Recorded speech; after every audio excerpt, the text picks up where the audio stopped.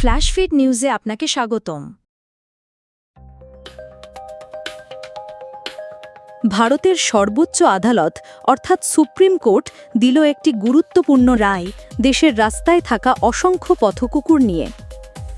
আগের নির্দেশে আদালত জানিয়েছিল সব পথকুকুরকে ধরে আশ্রয় কেন্দ্রে পাঠাতে হবে, কিন্তু এই সিদ্ধান্ত নিয়ে দেশজুড়ে প্রবল বিতর্ক ওঠে।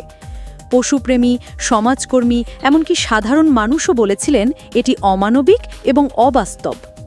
অবশেষে সুপ্রিম কোর্ট তাদের নির্দেশে বড় পরিবর্তন এনেছে।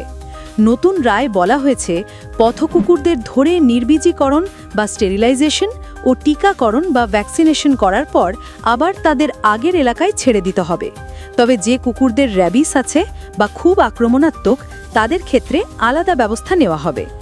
এছাড়া আদালত জানিয়েছে এখন থেকে রাস্তায় যত্রতত্র কুকুর খাওয়ানো যাবে না।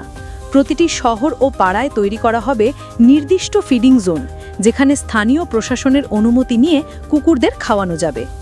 সুপ্রিম কোর্ট শুধু দিল্লি নয়, গোটা দেশেই এই নির্দেশ কার্যকর করার কথা বলেছে। সব রাজ্য ও কেন্দ্রশাসিত অঞ্চলকে একসাথে একটি জাতীয় নীতি বা ন্যাশনাল পলিসি তৈরি করার নির্দেশ দিয়েছে আদালত।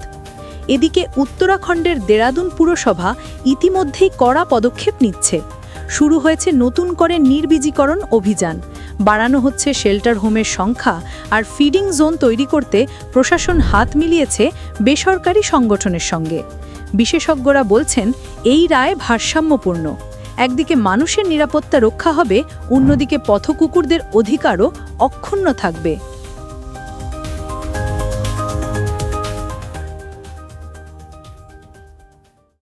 ধন্যবাদ।